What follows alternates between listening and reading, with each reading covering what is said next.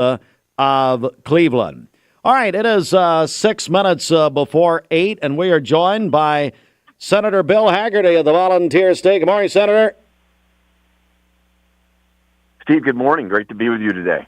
Well, so glad to have you, and obviously so much happening in this nation and, of course, around the world. And as we get ready for the president to address the joint session of Congress tonight, we'll talk about that in a moment, but so much to talk about. And so I'm just going to get started here. I do want to get your take on what everyone's talking about when President Zelensky of Ukraine came to the White House and in the Oval Office on Friday.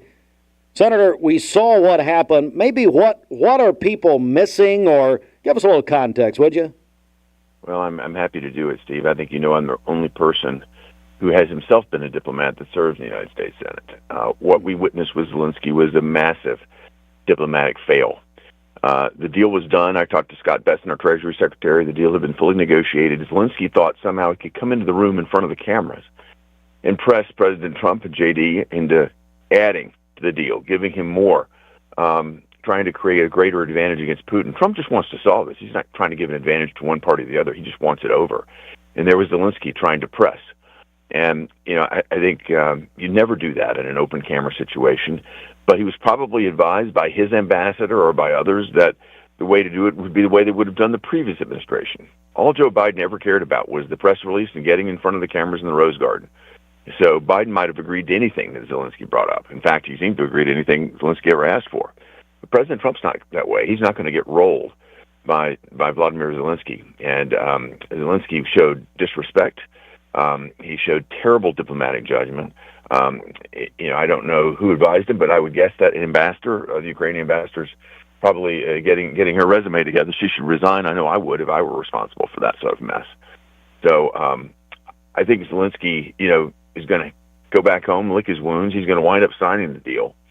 President Trump will go about, making the best deal he can. But Zelensky did not help himself one bit with that heinous performance that he put on in front of the whole world.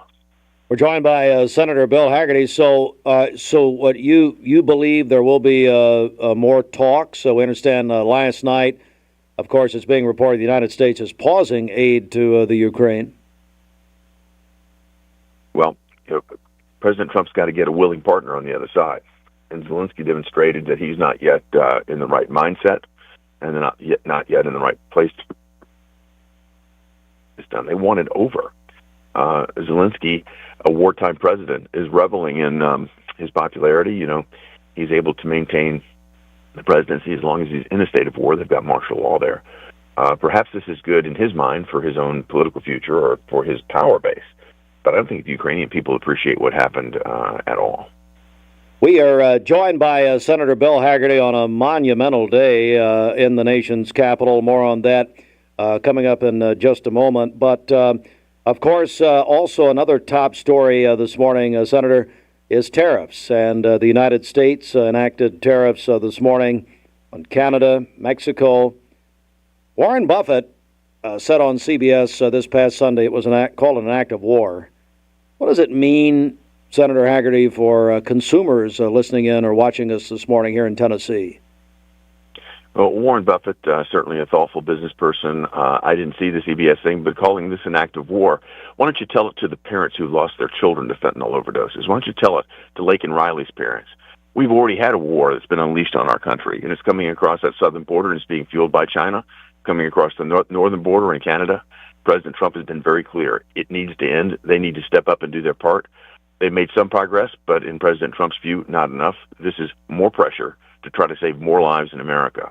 That's a high priority for President Trump, and I think that's something that we're going to see him deploy more and more, putting America's interests first and forcing these countries to step up. If you think about the imbalance that we've tolerated, Steve, you got to go all the way back to World War II.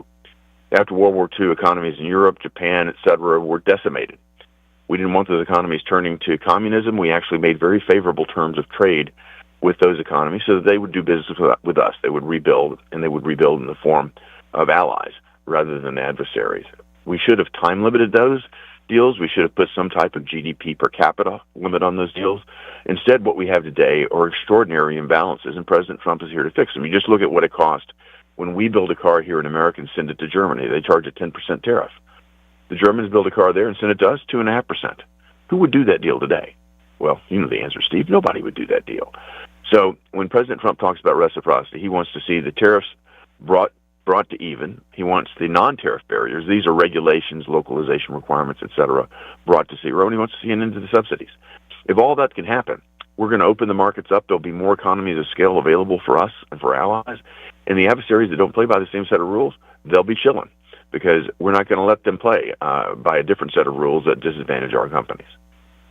Is Senator Bill Hagerty joins us again. Very glad to have the senator on an extremely busy day. Is there going to be temporary discomfort, do you think, for people as we're getting reports of higher cost and companies passing this on to people? And you mentioned automotive, building materials, food, so and so. Yes, I would fully expect that there'll be temporary discomfort. What we're trying to do is change the status quo. And, the incumbents never want to change the status quo.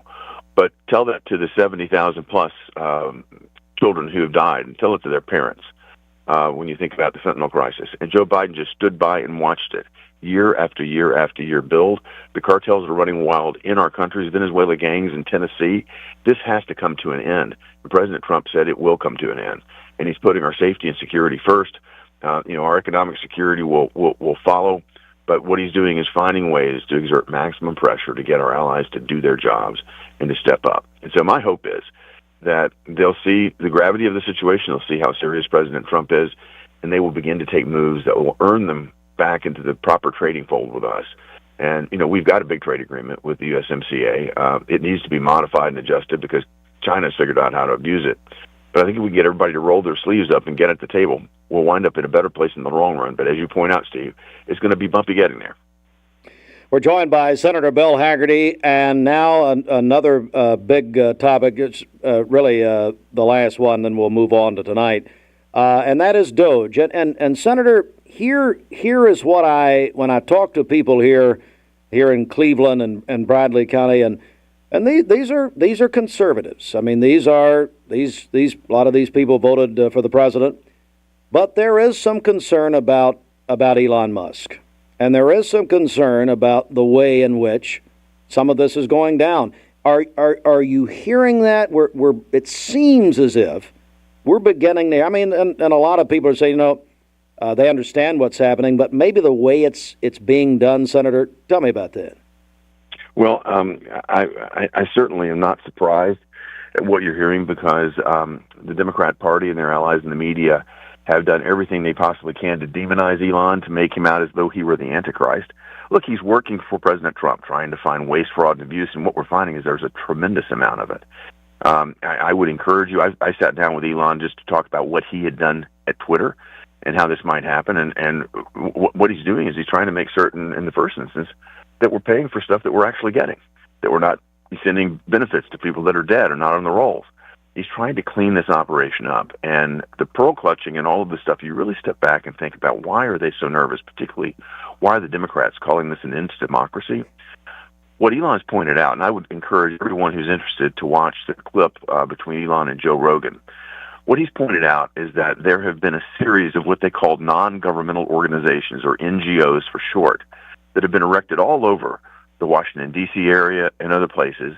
And what we do is we send federal money to these NGOs. These NGOs take, huge payouts for their management team, and those NGOs, on a very unaccountable basis, do things that would be illegal for the U.S. government to do. You think about who's operating over in Mexico that are being funded by, by American tax dollars. You've seen some of the things that fell out of USAID. Why in the world would we be paying for sex change operations in Guatemala? Why are we funding UNRWA at the United Nations when we know they were involved with Hamas in the October 7th slaughter? Yet Joe Biden went back and fully funded UNRWA. We are going to defund these sorts of activities. We're going to get America back supporting Americans and not supporting these woke causes, putting other nations ahead of ourselves. I think the average person, whether they be in Cleveland and Bradley County or across the state of Tennessee, or frankly across America, are nodding their heads and saying it's about time. All right, Senator Bill Hagerty. All right, now to the main event tonight. The president will address a joint session of Congress. You will be, obviously, in the chamber tonight. What are you expecting? I'm expecting a lot of excitement, a lot of energy. The president has had the past 4 years to really think through how he wants to step in and address aggressively the demise that Joe Biden set our nation on, and President Trump wants to put us back on top again. And it's already started happening. Frankly, it started happening from the point of the election before he even took office. If you think about how some of our foreign allies and adversaries have changed their behavior, the UK steps up their defense expenditures to 2.5% of their GDP. The Europeans are saying, hey, maybe we should stop buying Russian LNG and buy U.S. LNG. These things all started happening before Trump even took office.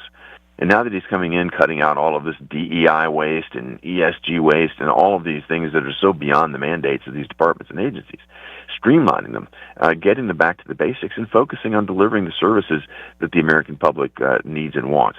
That's where we're going. I think you're going to hear a lot about efficiency. You're going to hear a lot about optimism, his vision for a stronger United States in the world. And I'll tell you this, Steve, every international CEO or leader that I talk with who's traveling the world says that all the optimism and all the desire to invest and grow is in the United States right now. They're not going to Europe. They're not going to Asia. They're looking at this market because they know President Trump is going to create an environment where capital can be invested. And if capital is invested, then jobs come from that. The growth that we had during the Biden administration in jobs were largely government and government-related jobs. President Trump wants to see the private sector growing and get these government jobs that have vastly bloated under Biden. Right-size that, streamline that, and start to work on this $26 trillion worth of debt that we piled on our children and grandchildren's shoulders. Senator Bill Hagerty from the volunteer state of Tennessee on a very busy morning. Senator, we can't thank you enough for your time this morning. Always great to be with you, Steve. Thank you so much. Thank you, sir. Senator Bill Hagerty, of course, who will be in the chamber tonight.